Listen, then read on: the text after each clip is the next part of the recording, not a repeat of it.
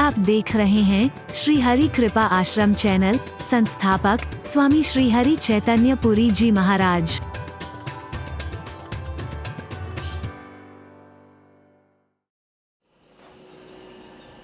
हरि बोल।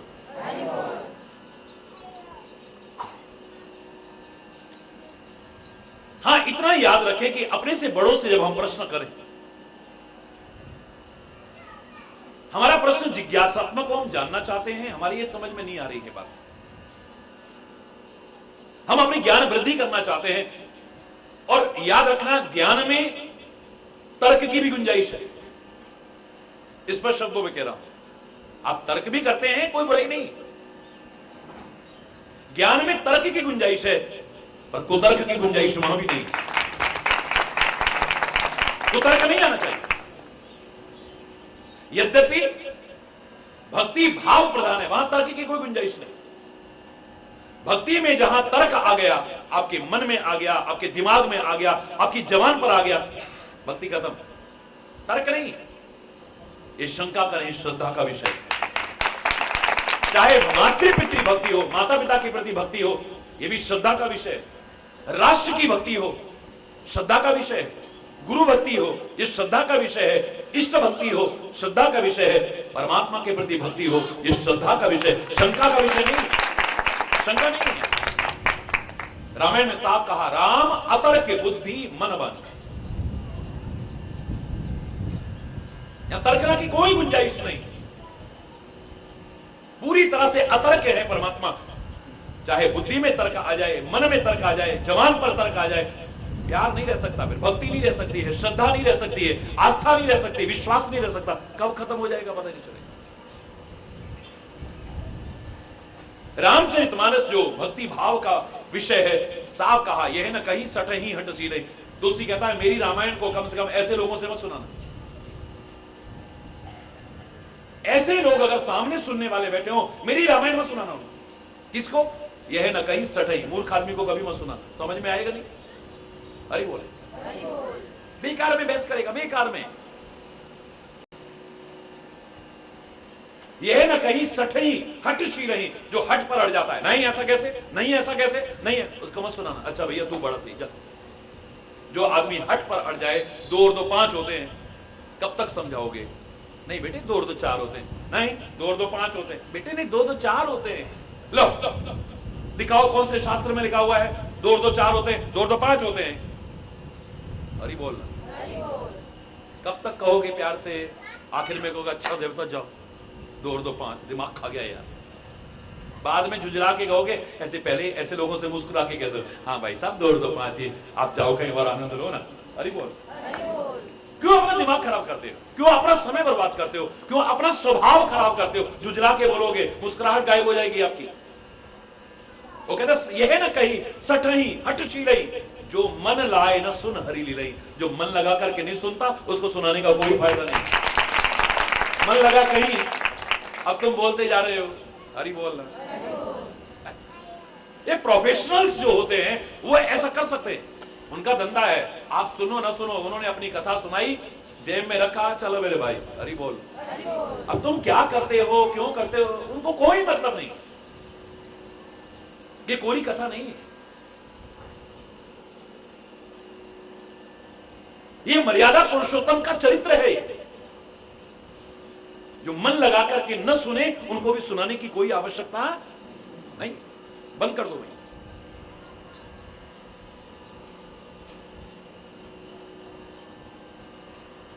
तर्क की ज्ञान में गुंजाइश हो सकती है, कुतर्क की वहां भी नहीं, याद रखना। लेकिन जहां तक भक्ति का सवाल है, वहां तर्क की भी कोई गुंजाइश नहीं। जवान से आप तर्क क्या करेंगे? मन में भी तर्क आ गया, ऐसा कैसे, ऐसा कैसे, नहीं ये तो ठीक नहीं, ये नहीं। भक्ति खत्म, प्यार खत्म, श्रद्धा खत्म, विश्वास खत्म। याज्ञवल्क्य और भारद्वाज का जो संवाद है, मैंने कहा कि वो मूर्खतापूर्ण प्रश्न है। जब वो मूर्ख हैं जो ऐसे प्रश्न कर रहे हैं, उन्होंने भी यही कहा था, कीने हूं प्रश्न मनहु अति मूढ़ा। आप प्रश्न ऐसा कर रहे हो जैसे कोई मूर्ख आदमी हो। हालांकि आप मूर्ख नहीं है। जाना चाहो राम गुण गुण। अगर वो मूर्ख है तो फिर क्यों सुनाया? रामायण कह रही है कि मूर्ख को मत सुनाओ। ये न कहीं सटही हटसी रही, जो मन लाए न सुनारी रही, और यहां पर उल्टा आ गया। सारी रामायण की शुरुआत भी यहीं से है, मूर्खतापूर्ण प्रश्न से। हरि बोल। क्यों सुनाई फिर रामायण? क्योंकि वो जानते हैं प्रश्न चाहे मूर्खतापूर्ण है, लेकिन इसके दिल में जाना चाहूं राम, जिज्ञासा है, मैं जानना चाहता हूं कि राम के बारे में जानना चाहता हूं। जहां जिज्ञासा है उसके सामने, जिज्ञासु के सामने, जो कुछ पाना चाहता है, कुछ बनना चाहता है, कुछ जानना चाहता है, उसके सामने चर्चा की जाए।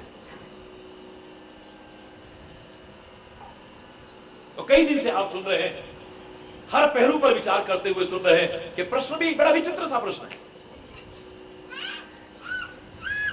कि मुझे यह बताइए कि एक राम है जो सारी सृष्टि में रम रहा है, भगवान शंकर तक जिसका स्मरण करते हैं,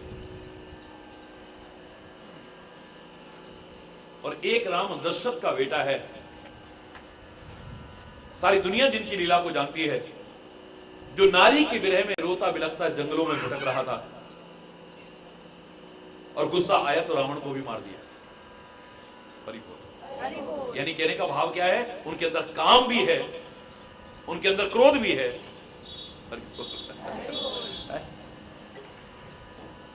तो वो राम कोई और है, ये राम कोई और है, या दोनों एक हैं? मैं जानना चाहता हूं।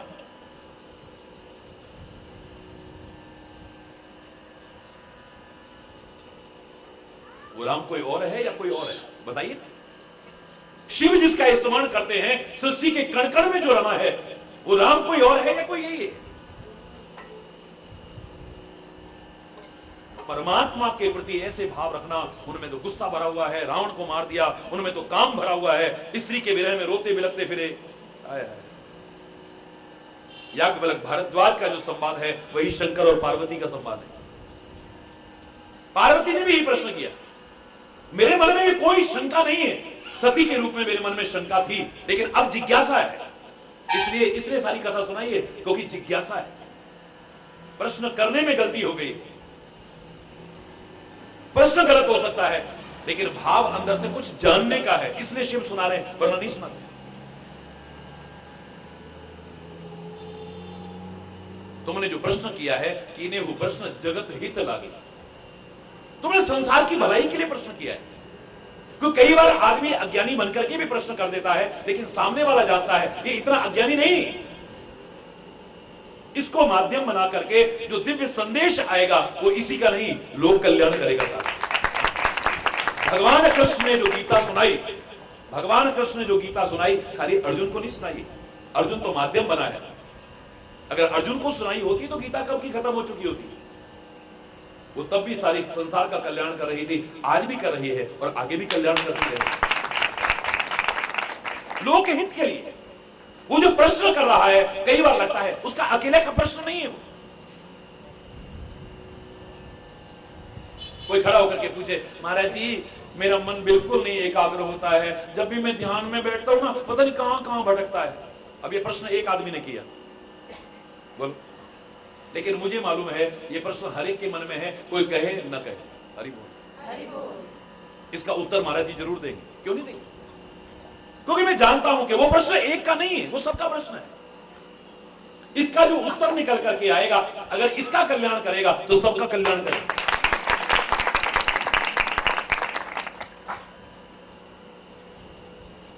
महाराज जी कोई मन एकाग्र करने का तरीका बताओ ना, ध्यान लगाने का तरीका बताओ ना।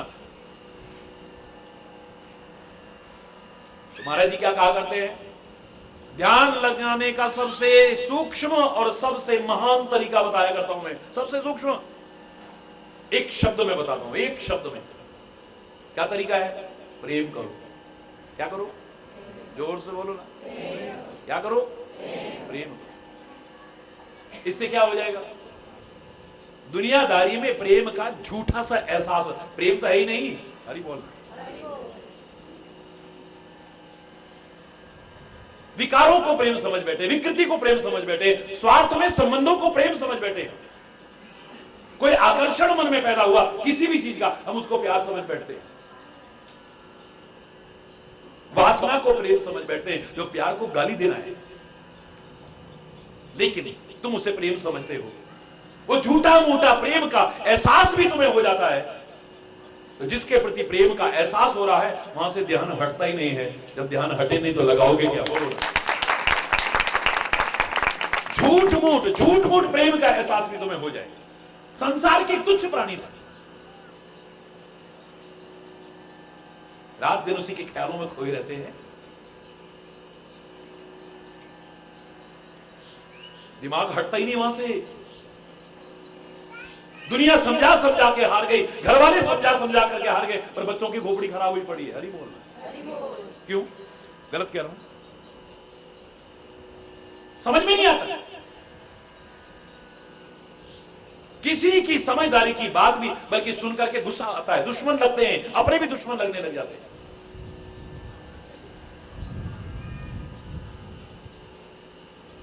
झूठे प्रेम का एहसास सा भी हो जाए, किसी की परवाह नहीं रहती। और ध्यान लगाने का, ध्यान हटता ही नहीं तो लगाएगा क्या आदमी? बोलो। और सचमुच अगर जिस दिन प्यार हो गया तुम्हें ध्यान लगाना पड़ेगा। अरे हटेगा तब तो लगाओगे। हरि चैतन्य का तो सबसे छोटा और सरलतम और श्रेष्ठतम उपाय है। मैं नहीं कहता ऐसे करके बैठो, ओ कितनी देर ध्यान करोगे? यहां से पहले तो यहां भी ध्यान नहीं लगेगा, और यहां से हटते ही फिर पता नहीं कहां कहां जाएगा। हरि बोल। जिसको प्रेम कहते हैं, प्रेम।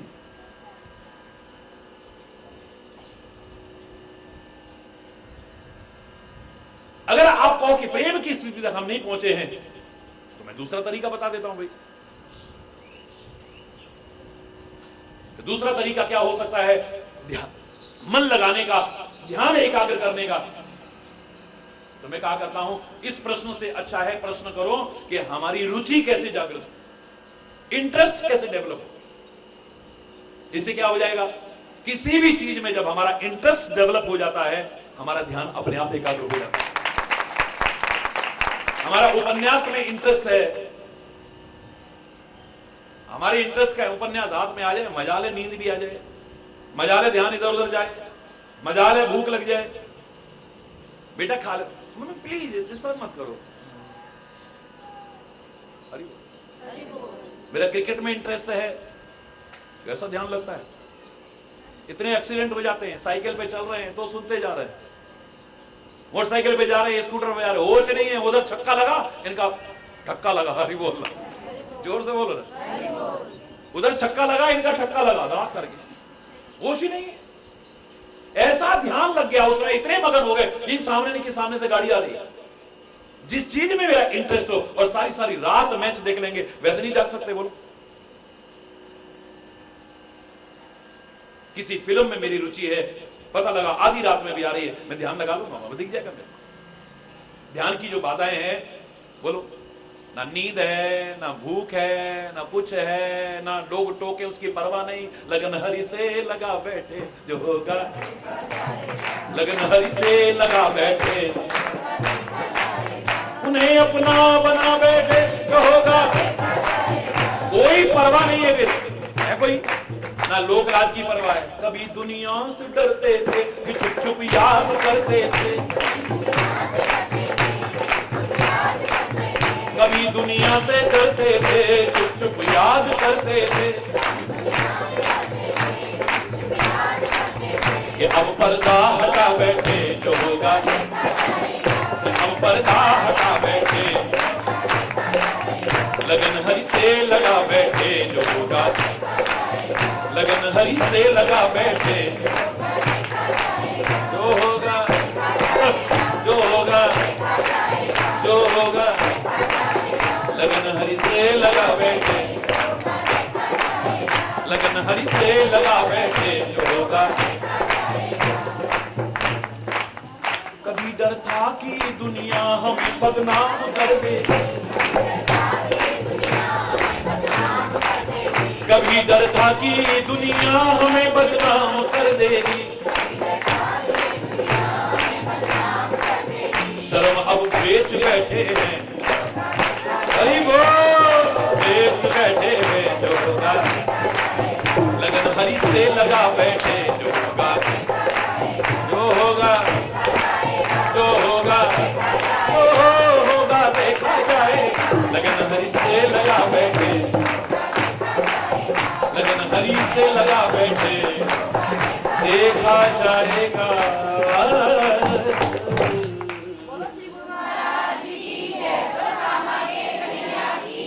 है कोई परवाह? मैं तो यहां की सुना रहा हूं ना, लेकिन उधर भी जिसका इंटरेस्ट जिस चीज में होगा उसे कोई परवाह नहीं रहती, कोई बाधा नहीं टिकती, मन अपने आप एकाग्र हो जाता है। सुबह नहीं उठा जाता, सुबह नहीं उठा जाता। आज करोड़ों लोग महाराज जी का सुबह 4:20 से 5:20 तक करोड़ों करोड़ों लोग सुबह उठ करके देखते हैं प्रवचन। क्यों देखते हैं? क्यों? कहां गई नींद? रात को जल्दी नींद आ जाती है। रात को 11:40 पर 20 करोड़ से ज्यादा लोग देख रहे होते पूरे विश्व में। क्यों? जिनका इंटरेस्ट है कोई बाधा नहीं टिकेगी। हरि बोल, हरि बोल। मन अपने आप लग जाता है, एकदम एकाग्र हो जाएगा, एकदम एकाग्र। कोई बीच में बोलेगा तो गुस्सा आएगा। हरि बोल। अच्छा नहीं लगता? तुम्हारी रुचि का, तुम्हारे इंटरेस्ट का कोई कार्यक्रम आ रहा हो, आपको बुरा लगेगा?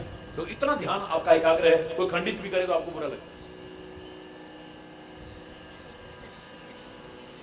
इंटरेस्ट डेवलप करो, रुचि जागृत करो। अगर तुम अपना ध्यान एकाग्र करना चाहते हो, क्योंकि जिस चीज में आपकी रुचि होगी ध्यान अपने आप एकाग्र हो जाएगा। अगला प्रश्न होना चाहिए फिर इंटरेस्ट कैसे डेवलप हो, हमारा रुचि कैसे हमारी जागृत हो। कोई भी काम क्यों ना हो, कोई भी काम, उसे करते रहो करते रहो करते रहो, एक दिन आपका इंटरेस्ट डेवलप हो जाएगा। करते रहो बस। ध्यान आपका अपने आप एकाग्र होने लगे, रुचि आपकी डेवलप हो जाएगी। शराब, गंदे से गंदे काम भी, बुरे से बुरे काम भी आपको पहले अच्छे नहीं लगते थे, करते रहे अब इतने अच्छे लगने लगे।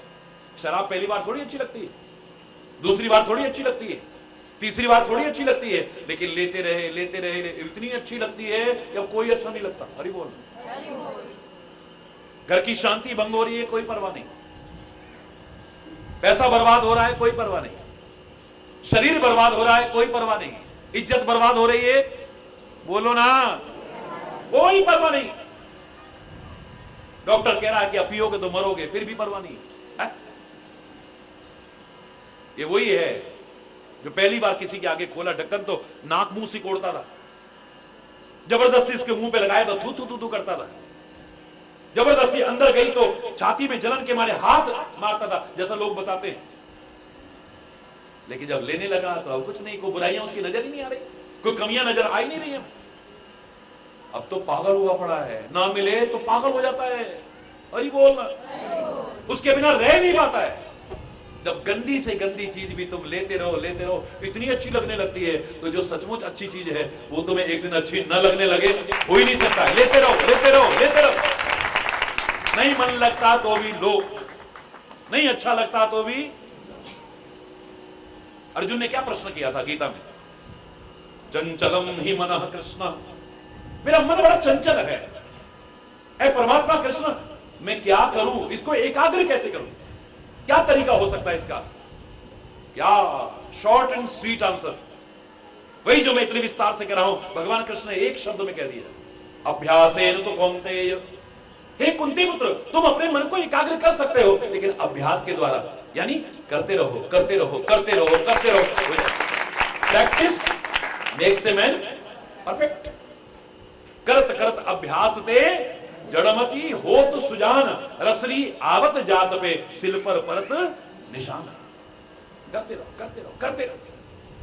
रहो, लेते रहो। आयुर्वेद के सिद्धांत में एक बड़ा अच्छा इसका उदाहरण है, जिसको पित्त की बीमारी हो जाती है, क्योंकि आयुर्वेद 3 ही चीजों में सारी बीमारियों को लेता है, वात, पित्त और कफ। पित्त का जब प्रकोप होता है ज्यादा तो मिश्री भी कड़वी लगने लगती है। हरि बोल। मिश्री भी कड़वी लगने लगती है, अजीब सा स्वाद लगने लगता है। डॉक्टर से पूछा इसका क्या उपचार है, वैद्य जी बोले बेटा मिश्री चूसते रहो, चूसते रहो। कड़वी लगती है हमें, बोले चूसते रहो, चूसते रहो, चूसते रहो। जिस दिन मीठी लगने लगे समझना कि तुम्हारी पित्त की बीमारी खत्म।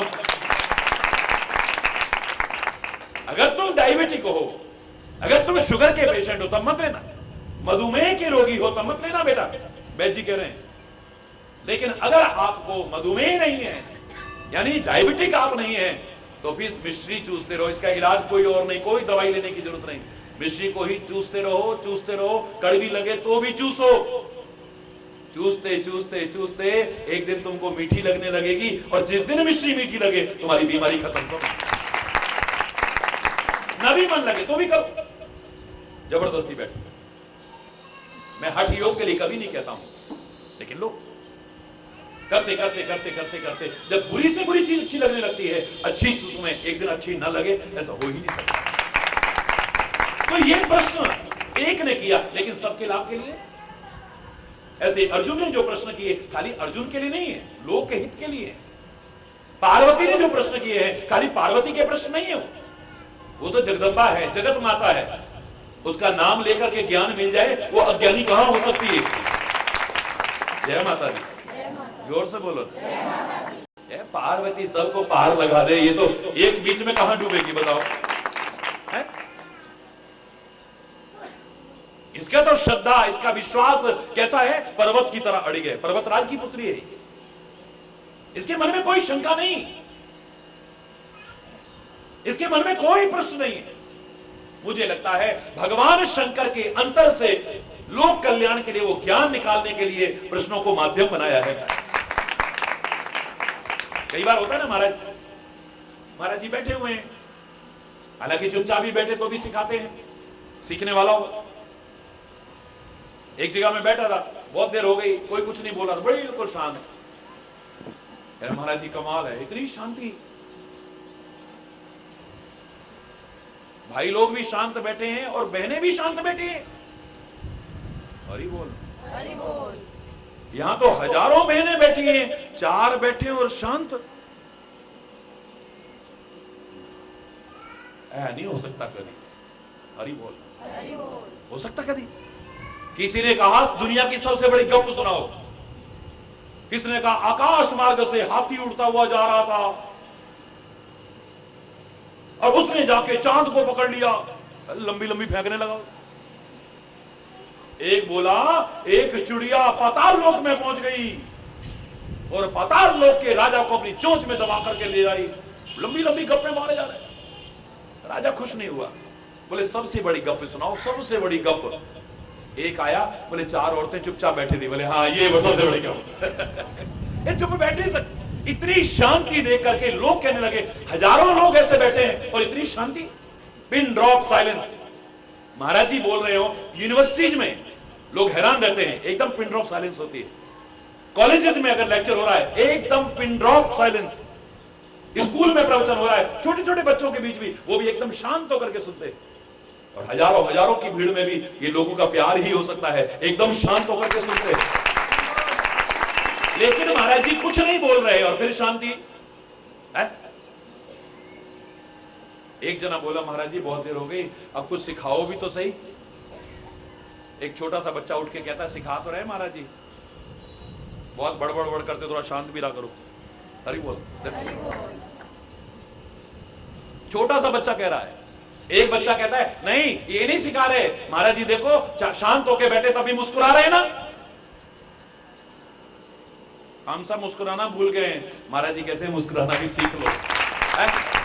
ये जरूरी नहीं कि कोई 4 घंटे का प्रवचन हो तभी सिखा सकते हैं महापुरुष। हमारे संत, हमारे सदगुरु, हमारे महापुरुष, हमारे परमात्मा, वो कुछ न बोले तो भी सिखाते हैं। उनकी हर क्रिया, हर हरकत अगर तुम सीखने वाले बन जाओ सिखाती है। और फिर महापुरुषों की बात छोड़ो, भगवान की बात छोड़ो, सदगुरु की बात छोड़ो, संतों की बात छोड़ो, अगर तुम सीखने वाले बन जाओ, तुम्हें आकाश सिखाने वाला है, तुम्हें पृथ्वी सिखाने वाली है, तुम्हें नदियां सिखा सकती हैं, तुम्हें पक्षी सिखा सकते हैं, तुम्हें पेड़ सिखा सकते हैं, तुम्हें पौधे सिखा सकते हैं, कीट मकोड़े तक सिखा सकते हैं। तुम सीखने वाले तो बनो। भगवान दत्ता के जो 24 गुरु हैं उनमें से कौन है? आकाश से सीखा, हवाओं से सीखा, ऋतुओं से सीखा, पृथ्वी से सीखा, गौ माता से सीखा, किस किस से नहीं सीखा, किस किस से? पेड़ पौधों से सीख रहे हैं, पक्षियों से सीख रहे हैं।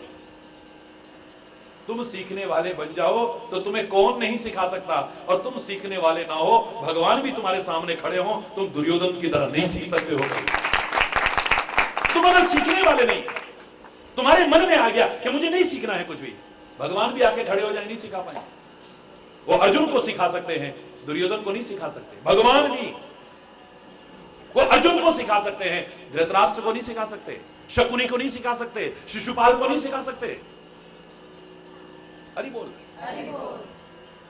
तो पार्वती ने जो प्रश्न किया है बिल्कुल वही प्रश्न है, प्रश्न अच्छा नहीं है, लेकिन भगवान शिव उत्तर इसलिए दे रहे हैं कि कीने हु प्रश्न जगत हित लागी। तुमने प्रश्न अपने लिए नहीं किया है, संसार के हित के लिए प्रश्न। क्योंकि महापुरुष जो बोलते हैं वो एक के लिए नहीं बोलते हैं। हमारे अंदर जो कमियां होती हैं, कई बार हमें लगता है कि हमें सुनाया जा रहा है। अभी महाराज जी यहां पर शराब के बारे में कुछ बोले, अब कोई शराबी बैठा हो, उसको क्या लगेगा? बोलो ना, मेरी कारवाड़ी ने कह दिया होगा महाराज जी। हरि बोल। मैं देख, मैं आया हूं तो मेरे को वही सुना रहे हैं। हरि बोल। कोई जुआरी बैठा हो और जुए की बुराई कर रहे हो महाराज जी, तो क्या लगेगा उसको? बोलो ना। जो बच्चे गुमराह हो रहे हैं और बच्चों की स्थिति पर बोले, हमारे मम्मी पापा ने कहा होगा जरूर महाराज जी, मेरे को ये टोंट कर रहे हैं महाराज जी, मुझको ही सुना रहे हैं। हरि बोल। महाराज जी एक को नहीं सुनाते, महाराज जी तो सबको सुनाते हैं। और हमारी जो कमियां हैं, हमारी जो कमियां हैं, हमें वो एहसास कराती कि हमके लिए, हमारे लिए बोला जा रहा है। तो किसके लिए बोला जा रहा है? हमारे लिए बोला जा रहा है। और अगर तुम्हें ऐसा लग रहा है तो उस ज्ञान का लाभ उठाओ ना, कमियों को दूर करो भी। याद करो, मैंने कहा था एक बार कि ब्रह्मा जी के मन में आया, मैंने सृष्टि को तो बना दिया, पर इनको कभी उपदेश नहीं दिया। मैंने सारी सृष्टि को मैंने पैदा किया, इनको सिखाया तो कभी है ही नहीं। मैंने, हर कोई अपने अपने मन से जीवन जी रहा है। ऐसा करता हूं, एक बार इनको कुछ शिक्षा देता हूं बिठा करके। ब्रह्मा जी ने बुला लिया, सारे मानवों को बुला लिया, सारे दानवों को बुला लिया, सारे देवताओं को बुला लिया उच्च सिंहासन पर। जैसे ही ब्रह्मा जी आकर के खड़े हुए, सारे खड़े होकर के सम्मान देने लगे। ये भी एक सम्मान की रीति है, जो मैंने उस दिन भी कहा। कोई महापुरुष आए, आप खड़े हो गए, क्लास में टीचर आए, आप उठ करके खड़े हो गए, कोई अपने से बड़े जन आए, आप उठ करके खड़े हो गए। ये भी एक सम्मान की रीति है भारतीय संस्कृति के अनुरूप। सारे उठ करके खड़े हो गए, ब्रह्मा जी बोले बैठ जाओ। ब्रह्मा जी भी सिंहासन पर बैठ गए। ब्रह्मा जी बोले कि भाई आप लोग सीखने आए हो कुछ? बोले हाँ महाराज।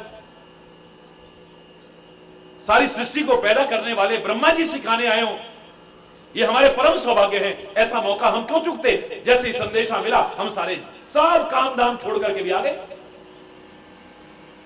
हमें कोई शिक्षा दो ना। हम जैसे तैसे मनमाना जीवन जीते हैं, गलत भी हमसे हो जाता है, फिर उसका फल भोगते हैं। महाराज कोई कृपा करके हमें सिखाओ। ब्रह्मा जी बोले शांत होकर के बैठो। सब शांत होकर बैठ गए। एकाग्र चित्त हो जाओ। सब एकाग्र चित्त होकर बैठे। बोले ध्यान इधर उधर नहीं, यहीं टिका करके बैठो। तैयार हो सुनने के लिए? बोले हाँ महाराज सुनने के लिए तैयार है। ब्रह्मा जी ने कहा द से दबात, द होता है द, क्या कहा? जोर से बोलो ना। द कहा और उठ करके ब्रह्मा जी मंच से अपने कमरे में। अब हल्ला मच गया। बोले यार इतनी दूर से आए हम, पहली बार सारी सृष्टि को पैदा करने वाले ब्रह्मा ने कहा कि हम सिखाएंगे।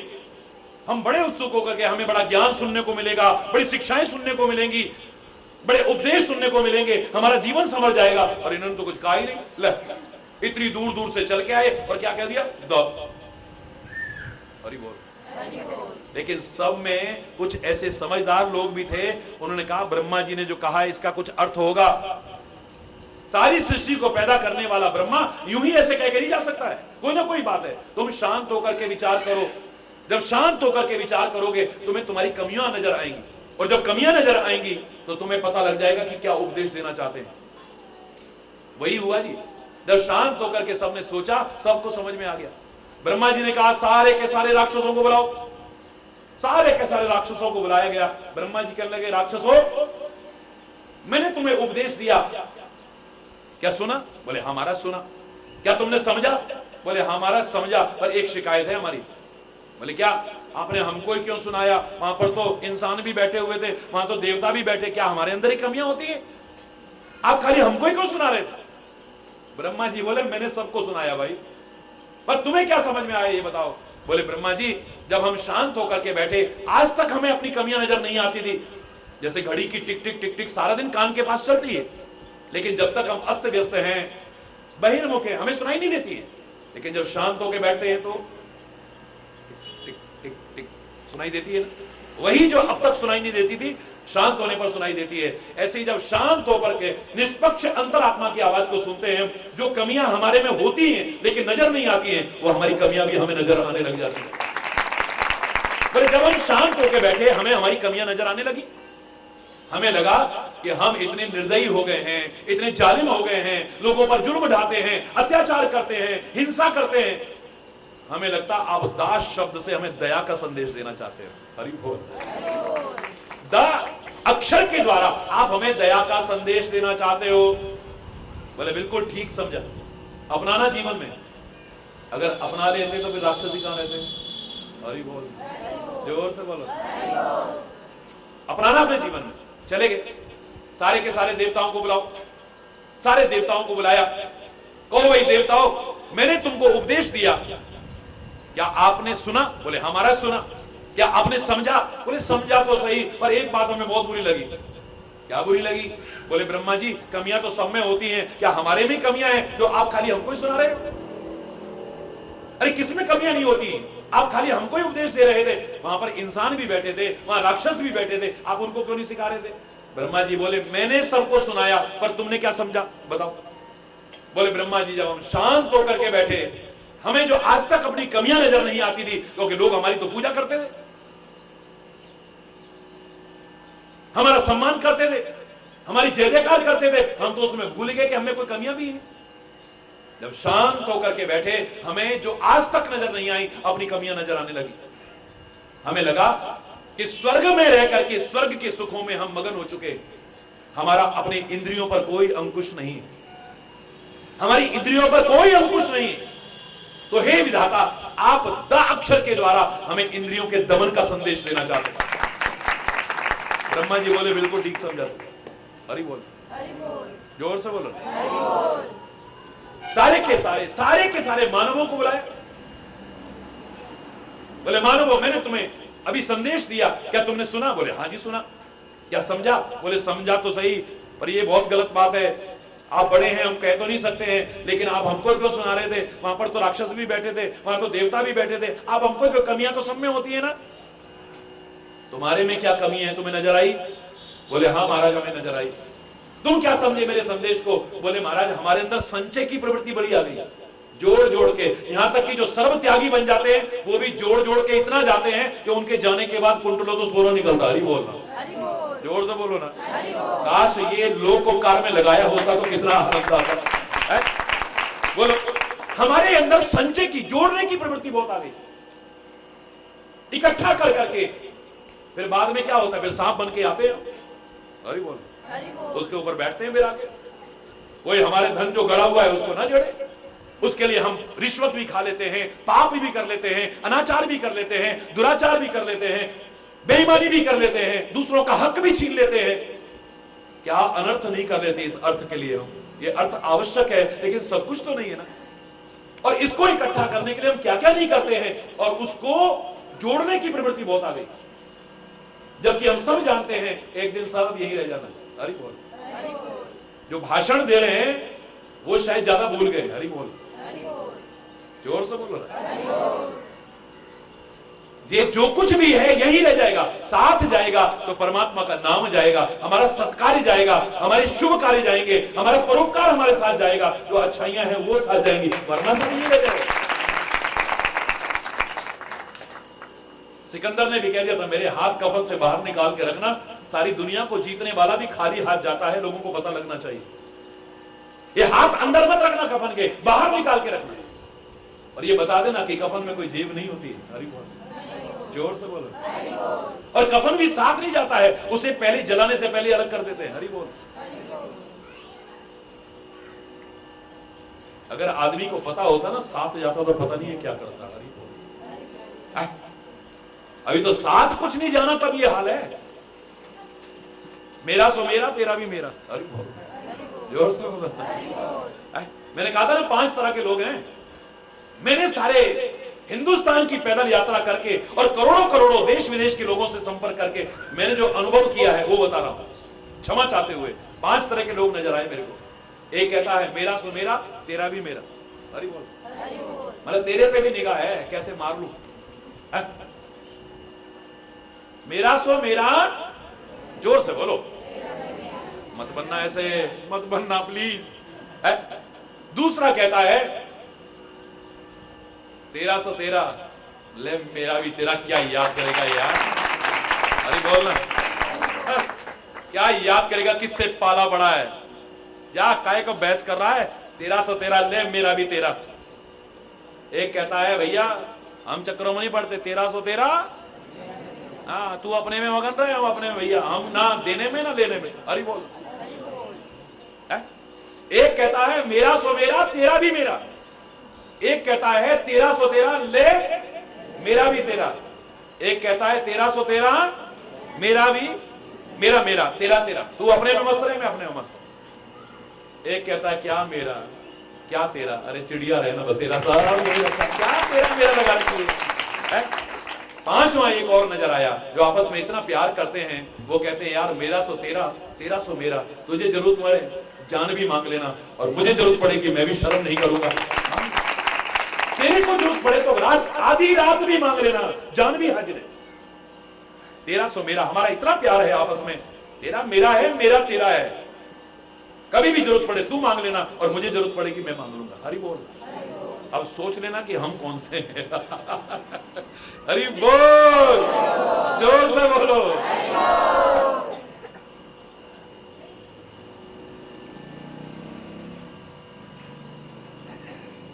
ब्रह्मा जी ने कहा कहो मानवो तुमने क्या समझा। बोले महाराज हमारे अंदर संचय की प्रवृत्ति, जोड़ने की प्रवृत्ति बहुत आ गई।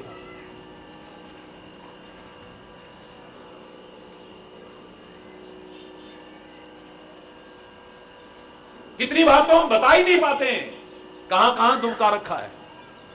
वो दवाई रह जाता है, गड़ा ही रह जाता है। अब तो गाड़ने वाली प्रवृत्ति कम हो गई है, वरना ये बहुत ज्यादा थी पहले।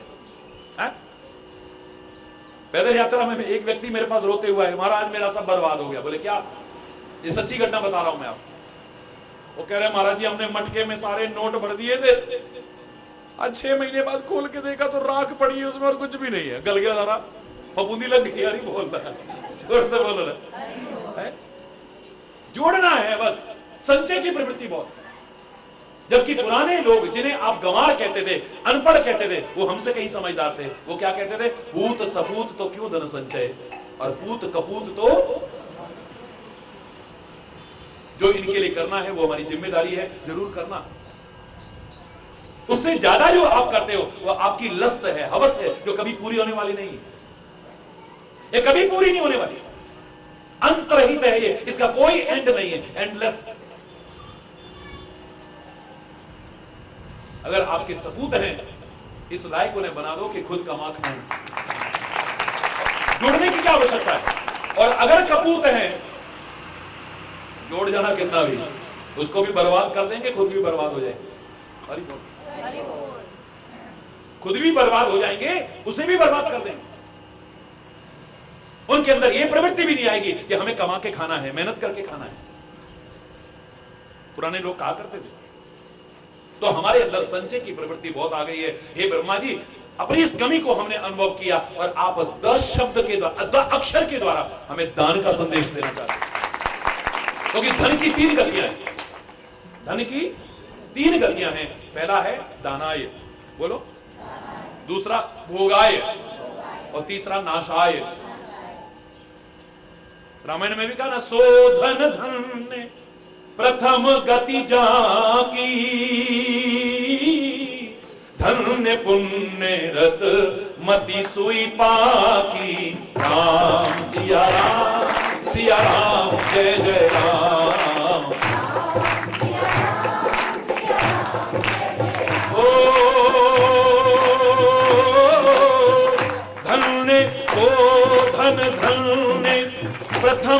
गति जाकी, ओ धन्य पुण्य रत मति सुई पाकी राम। राम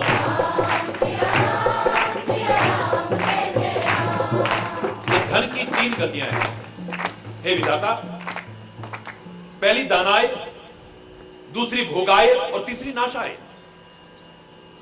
किसी गरीब की मदद करें हम, किसी असमर्थ की मदद करें हम, किसी असहाय की मदद करें। दान का मतलब नहीं कि महाराज जी को दे दो आप, ये लोग गलत व्याख्या करते हैं। मैं तो खुले शब्दों में कहा करता हूं, आप जहां पर कुछ करते भी हो आपस में अपने कार्यक्रम के लिए करते हो, महाराज जी के लिए नहीं करते हो। मैं साफ शब्दों में कह रहा हूं, खुले शब्दों में कह, खुले शब्दों में, मैं छुपा करके नहीं कह रहा। अपने कार्यक्रम की व्यवस्था के लिए आप करते भी होंगे, उसका महाराज जी से कोई लेना देना नहीं। महाराज जी तो प्यार से ही आते थे, प्यार से ही आएंगे और प्यार से ही आ रहे हैं, बस। हरि बोल। दान का तात्पर्य नहीं कि महाराज जी को आप कुछ दे दो तभी कि महाराज जी इसलिए सुना रहे हैं। ये दान का तात्पर्य है किसी गरीब की मदद करना, किसी असहाय की मदद करना, किसी असमर्थ की मदद करना, किसी जरूरतमंद की मदद करना, किसी अभावग्रस्त की मदद करना, या कोई धर्म कार्य हो रहा है उसमें सदुपयोग करने की कोशिश करना। जहां आवश्यकता है वहां, मैंने आपसे हमेशा कहा है कि ना कंजूस बनो ना उड़ाऊ बनो, याद रखना। ना कंजूस बनो ना उड़ाऊ बनो। कंजूस की परिभाषा क्या है? जो आवश्यक भी खर्च नहीं करता है। और उड़ाऊ कौन होता है? जो अनावश्यक भी खर्च करता है, बेवजह, जिसकी जरूरत नहीं थी खर्च करने की, जो पता नहीं कहां कहां काम आ सकता था, हमने ऐसे उड़ा दिया है। चाहे बोलने के संबंध में हो, जहां आवश्यकता हो खूब बोलो ना, और जहां जरूरत नहीं वहां एक शब्द भी मत बोलना। तुम्हारे बोलने से भी गड़बड़ हो सकती है, अशांति फैल सकती है, विरोध पैदा हो सकता है, मनमुटाव हो सकता है, लड़ाई की स्थिति पैदा हो सकती है। जहां तुम्हारा बोलना जरूरी नहीं है एक शब्द भी मत, मौन कर जाओ वहां पे, चुप एकदम। और जहां नहीं बोलना वहां तो ये कैंची की तरह चलती है, हरी बोलना, जोर से बोलना, उल्टा है हमारा, इसलिए दुखी है हम लोग। ना कंजूस बनो ना उड़ाओ, चाहे बोलने के संबंध में हो। कंजूस यानी जो आवश्यक भी नहीं बोलता है।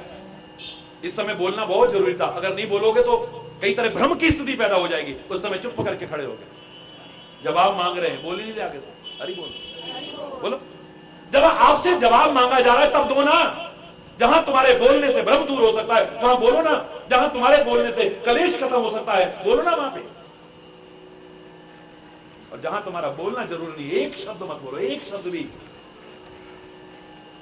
संबंध बनाने के संबंध में भी ना कंजूस बनो ना उड़ाओ, यानी जहां आपकी कोई आवश्यकता नहीं है बेवजह संबंध मत बनाओ, बेवजह संबंध मत बनाओ। बनाना बहुत सरल है लेकिन निभाना उतना सरल नहीं। चाहे जिससे संबंध बना रहे हैं, चाहे जिससे संबंध बना रहे हैं, क्या कहा था मैंने पैदल यात्रा में, याद करो जिन्होंने सुना है, 10 लाइनें लिखी थी अपने लिए, सबके काम आती। उतना मत खाओ जितना खा सकते हो, उतना खाओ जितना पचा सकते हो। उतना किसी से संबंध मत बनाओ जितना बना सकते हो, उतना बनाओ जितना निभा सकते हो। उतना मत गाओ जितना गा सकते हो। आपके अंदर स्टेमिना है, सारी सारी रात गा लो, कौन रोक रहा है?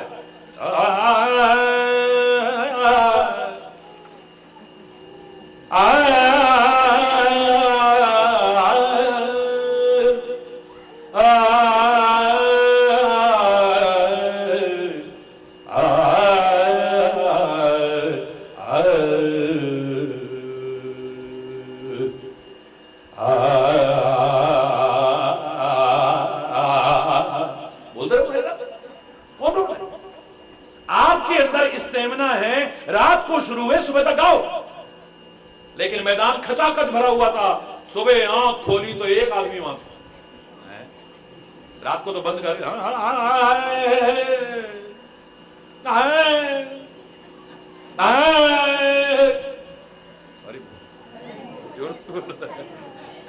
शास्त्रीय संगीत बहुत महान है, मेरा प्रणाम है इसका। लेकिन आप बोलते जा रहे हो, बोलते जा रहे हो। रात को खचाखच मैदान भरा था, आंख बंद करके बोलते जा रहे। सुबह जब आंख खुली तो एक आदमी पूरे मैदान में, भैया संगीत प्रेमी तुम ही हो। अरे संगीत प्रेमी क्या है भैया, माइक वाले हैं, बोलना बंद कर, हम भी जाएं यार घर को। अरे बोल ना लगा रखी है, अरे बोल। और सारे उठ के चले गए भाई। हाँ? उतना मत गाओ जितना गा सकते हो, उतना गाओ जितना रिझा सकते हो। लोग कहें one more one more one more, तब तो मजा है। वो कहें वन मोर, एक और, तब तो मजा है। हुण कोई और तब मजा। अरे बोल ना, बंद कर यार। है?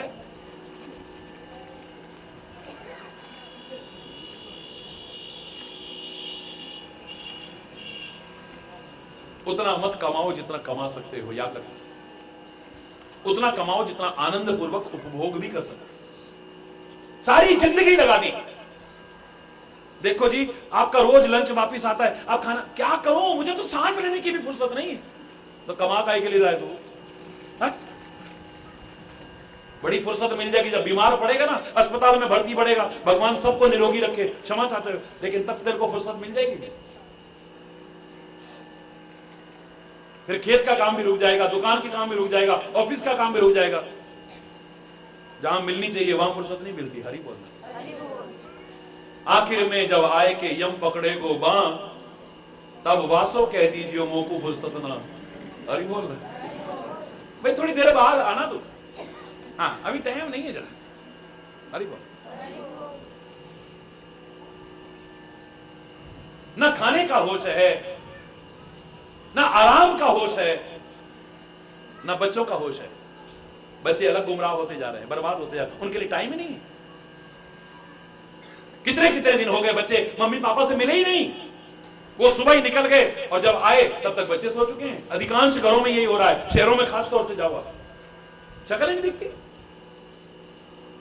जब पापा निकले उस समय बच्चे सो रहे थे, और पापा जब वापस आए तब फिर बच्चे सोए। संडे का दिन भी फुर्सत नहीं है बच्चों के बाद, छुट्टियां हो गई, पापा अब तो महाराज जी का इतना काम बड़ा हुआ है, ऊपर से खेती क्या होता है, उधर से उधर। जो प्यार बच्चों को देना था वो नहीं दे पा रहे, जो अपनापन देना था बच्चों को वो नहीं दे पा रहे, तो झूठे प्यार और अपनेपन की तलाश में बच्चे गुमराह होते चले जा रहे, बर्बाद होते चले जा रहे। होश ही नहीं हमें इतनी फुर्सत नहीं है कि बच्चे कहां जाते हैं, किनके साथ दोस्ती करते हैं, इंटरनेट पर क्या देखते हैं, टेलीविजन पर बंद करके कमरा क्या देखते हैं, ये क्या पढ़ते हैं किताब के बीच रख करके, ये ट्यूशन के बहाने कहां जा रहे हैं, हमें पता ही नहीं। जब पानी सिर के ऊपर से चढ़ जाता है फिर रोते हैं, बिलखते हैं। ऐसा कमाना भी किस काम का है? कमाना बहुत जरूरी है, मेहनत करो, खूब कमाओ, लेकिन जब आनंद पूर्वक उपभोग ही नहीं कर सकते हो, इतना कमा के लाए और उसके बाद बिल्कुल होश नहीं है, शरीर का भी आराम का भी, बीमार पड़ गए, अब वो सारा कमाया धमाया डॉक्टरों के पास जा रहा है। क्यों? समझदारी है? बोलो ना। जो तुम कमा के लाए, तुम्हारे बच्चे ध्यान न रखने की वजह से, तुम्हारे टाइम न देने की वजह से गुमराह हो गए, वो उसको जाके बर्बाद कर रहे हैं, खुद भी बर्बाद हो रहे हैं, आपका कमाया हुआ पैसा भी बर्बाद कर रहे हैं। क्या मिला? तुमने कमाया या गमाया? बोलो ना, जोर से बोलो। उतना मत कमाओ, कमाओ लेकिन उतना मत कमाओ जितना कमा सकते हो, उतना कमाओ जितना आनंद पूर्वक उपभोग भी कर सकते हो। अरे 2 रोटी तो चैन से खाओ, काहे के लिए कमा रहे हो? 2 मिनट बच्चों के पास भी बैठो, 2 मिनट अपने बुजुर्गों के पास बैठो, जाके पूछो मम्मी कैसे हो, पापा कैसे हो। इन्हें कुछ मत दो, तुम मत देना सोना, मत देना चांदी, मत देना गिफ्ट कोई। उन बुढ़े माँ बाप के पास 2 मिनट बैठ के इतना पूछ लेना खाली आप कैसे हो, उन्हें लगेगा सब कुछ मिल गया। वो तो एक तरफ डाल रखे हैं, कभी देखा ही नहीं मुड़ के कहां पड़े, क्योंकि वो तो बेचारे हिल डुल सकते नहीं। सॉरी पापा मेरे पास टाइम नहीं है, बस चल दिए।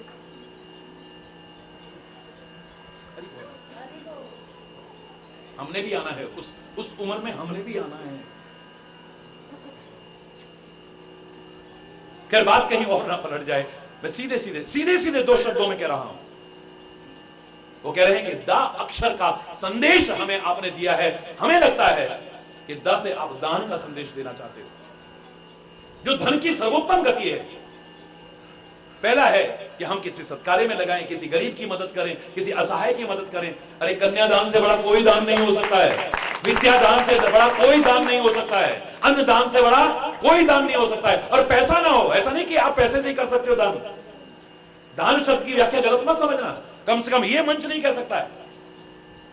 हरि चैतन्य इस मंच पर बैठ करके दान शब्द की अधूरी व्याख्या नहीं करेगा। बहुत से दान ऐसे, उसमें पैसे की चर्चा नहीं है। बहुत अशांति फैल रही है, शांति का दान करो ना। अशांति के घटक मत बनो, अशांति फैलाने में सहायता मत करो, बल्कि शांति का साम्राज्य स्थापित करने में अपना योगदान दो। विद्या दान करो, पैसा खर्च हो रहा है। शांति दान करो, पैसा खर्च हो रहा है। अभय दान करो, यानी किसी का डर निकालो, किसी को डराओ मत, भयभीत मत करो किसी को। महापुरुषों का हाथ ये क्या सिखा रहा है आपको? अभय दान, इसको क्या कहते हैं? अरे मैं हूं ना, घबरा का ही करे। मैं तो कहा करता हूं, जिस पर आपका विश्वास है, जिनका स्वरूप आपने विराजमान कर रखा है, उसके नीचे लिख लो। वो कह रहे हैं, इसका अर्थ यही है, no fear when I am here. कोई डरने की आवश्यकता नहीं, मैं हूं ना तुम्हारे साथ। मेरा परमात्मा मुझसे कह रहा है, मेरा सदगुरु मुझसे कह रहा है, डरो मत। कौन ऐसा है जिसके मन में डर नहीं है? बोल। डरने का तात्पर्य ये नहीं कि वह वैसे डरा जाता है। कितने तरह के डर हैं आपके मन में? किसी को फेल होने का डर है, किसी के घर में प्रोग्राम है, प्रोग्राम खराब ना हो जाए उसका डर बसा हुआ है, किसी को इनकम टैक्स का डर है, अरे बोलो, किसी को चोर का डर है, बोलो, है कि नहीं? किसी को बच्चे गुमराह ना हो जाए, बर्बाद ना हो जाए, इसका डर है। हमारी इज्जत खराब ना हो जाए, इसका डर है।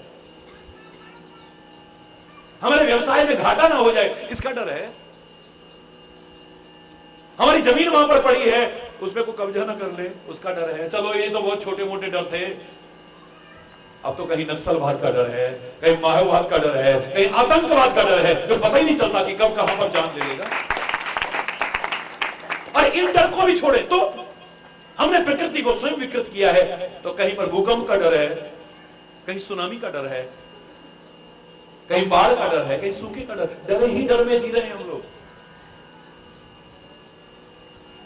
जरा सा अखबार में पढ़ा, कोई रोग के बारे में आया, हमें लगने ये रोग हमको भी तो नहीं है कहीं, हाँ ये लक्षण तो हमारे मन में भी आते हैं।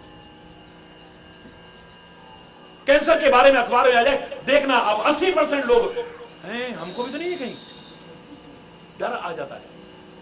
हार्ट के बारे में आया, हर एक को लगने लगेगा हमको भी तो नहीं है कहीं। बोलो, भोगे रोग भयम कुले च्युति भयम वित्ते नृपालाद भयम। महाराजा भर्तरी ने कई तरह के भय लिखे थे, बुतरी तरह के, और मैंने एक बार गिने 1008 तरह के भय नजर आए लोगों को। 1008 तरह के भय, कोई ना कोई डर सबके अंदर समा। जो बड़े दिलेर बन के बैठे ना, अंदर किसी कोने में उनके भी डर घुसा हुआ कोई ना कोई। हरि बोल। जो औरों को डराते हैं, औरों को डराते हैं, वो भी कहीं ना कहीं डरे। हरि बोल, जोर से बोल। अगर ऐसा ना होता तो आतंकवादी सबके बीच में रहते ना, क्यों जंगलों में दुबक के रहते हैं? बोलो ना, है? स्काउट का और एनसीसी का बच्चा भी जा रहा तो होने लगता, पुलिस वाला तो नहीं है कहीं। बोलो, कहीं ना कहीं किसी ना किसी कोने में डर उनके भी मन में है, जो दुनिया को डराते हैं। कोई ना कोई डर, कोई ना कोई डर लगा है। एक ये राह ऐसी है जहां पर घुसने में सबसे पहले हमारे अंदर आता है डर समाप्त। अगर तुम्हें हमसे कुछ गलत ना हो जाए, हमसे कोई बुरा ना हो जाए, हमसे कोई बुराई ना हो जाए, हमसे कोई गलती ना हो जाए, ये डर लगा रहा ना, और डर सब खत्म हो जाएंगे। भगवान से भी नहीं डरने की जरूरत है। दुनिया कहती है अबे भगवान से तो डरो, हरि चैतन्य कहता है भगवान से भी डरने की जरूरत नहीं है तुम्हें। भगवान तो इतने कोमल हैं, अगर तुम अच्छे हो तो उनसे प्यार करो, डरने की क्या आवश्यकता है? दुष्टों को डर लगता होगा, भक्तों को काहे को लगेगा डर? है? दुनिया कहती है भगवान से तो डरो। महाराज जी आप कह रहे हो, अरे दुनिया भगवान से नहीं डराती, गलत से डराती है। जब भी किसी से कहा अबे ओ भगवान से डरो, किसको कहा होगा? जो गलत कर्म करता है, जो नीच कर्म करता है, जो अधर्म करता है, जो कुकर्म करता है, जो बुराई करता है, जो बुरा करता है, उससे कहते हैं। किसी गरीब की कोई मदद कर रहा हो, उससे कहोगे अबे वाह भगवान से डरो, क्या कर रहे हो, कहोगे कभी? कोई परोपकार कर रहा हो, उससे कहोगे कभी? कोई सत्कार कर रहा हो, उससे कहोगे कभी? कीर्तन कर रहा हो बैठ करके आनंद मगन होकर के, उससे अबे भगवान से डरो, ये क्या कर रहे हो, कहोगे कभी? प्रत्यक्ष में भगवान से डरा रहे हैं, लेकिन अप्रत्यक्ष में बुराई से डरा रहे हैं, बुरे मार्ग पर जाने से डरा रहे हैं। अच्छे काम करने वाले को कौन कहेगा अबे भगवान से डरो? जब कहीं गलती होती है तब हमें डर लगता है। हरि बोल। जब हमारी कोई कमी होती है तब हमें डर लगता है।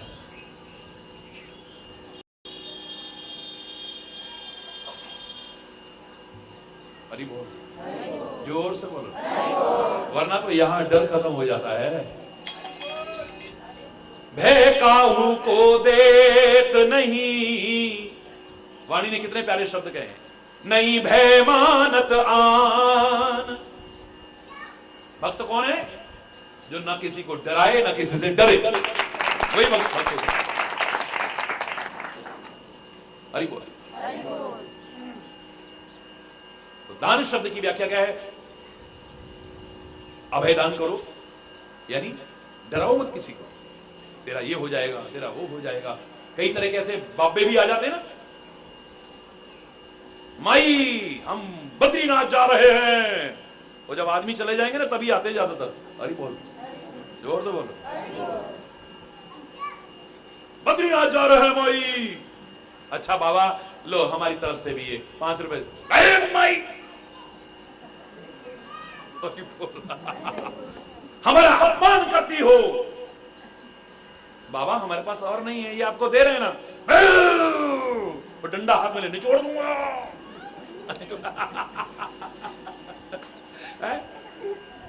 आजकल कम हो गए, पहले बहुत चलते थे ऐसे, ना छोड़ दूंगा। चैलेंज करके कहता हूं ऐसों से कभी डरना मत। जिनकी जबान बिकी हुई है, जिनकी जबान बिकी हुई है, आपने कुछ दे दिया तो 36 आशीर्वाद, नहीं दिया तो श्राप। उनका ना वरदान फल होगा और ना ही श्राप फलीभूत होगा।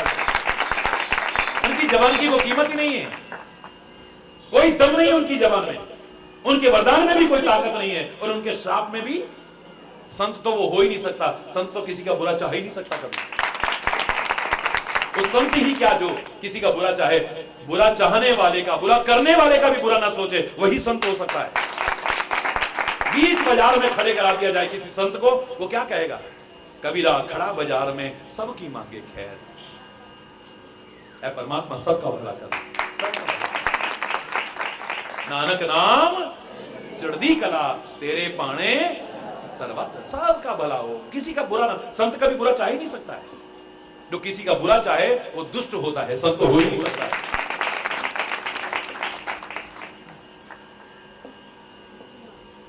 एक शब्द भी नहीं, एक अक्षर बोला ब्रह्मा जी ने।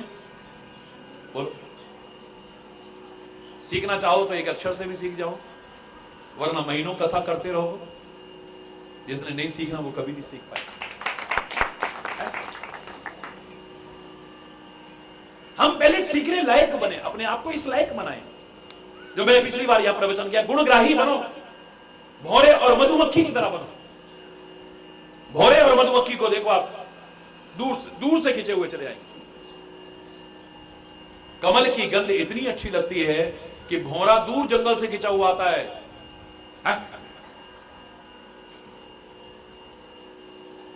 लेकिन मेढकी वहीं रहती है, कभी कमल की खुशबू भी नहीं ली उसने। तभी कहावत भी बनी थी, मेढकी को जुकाम हो गया। हरि बोल। उसे नहीं, उसमें मजा ही नहीं आता उस खुशबू। भौरा अपनी जान दे देता है उस खुशबू पर, अपनी जान दे देगा। लकड़ी में छेद करने की सामर्थ्य है भौरे में, लेकिन कमल की गंध में इतना मस्त हो जाता है, उसे होश ही नहीं कि कब शाम हो गई। शाम हुई, कमल की पंखुड़ियां बंद हुई, उसी में कैद हो जाता है।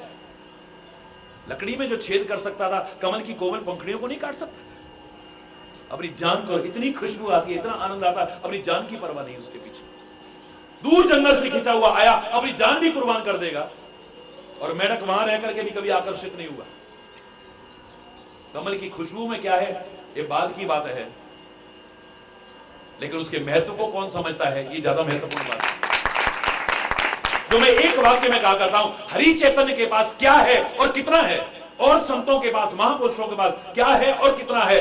रामायण, गीता, कुरान, गुरु ग्रंथ, बाइबल, महापुरुषों की वाणियों में क्या और कितना है, ये ज्यादा महत्वपूर्ण नहीं है, पर तुम क्या और कितना कहां से ले सकते हो, ये ज्यादा महत्वपूर्ण है। तुम क्या ले सकते हो, तुम गुणग्राही बने हो या नहीं, तुम सीखने लायक बने हो या नहीं।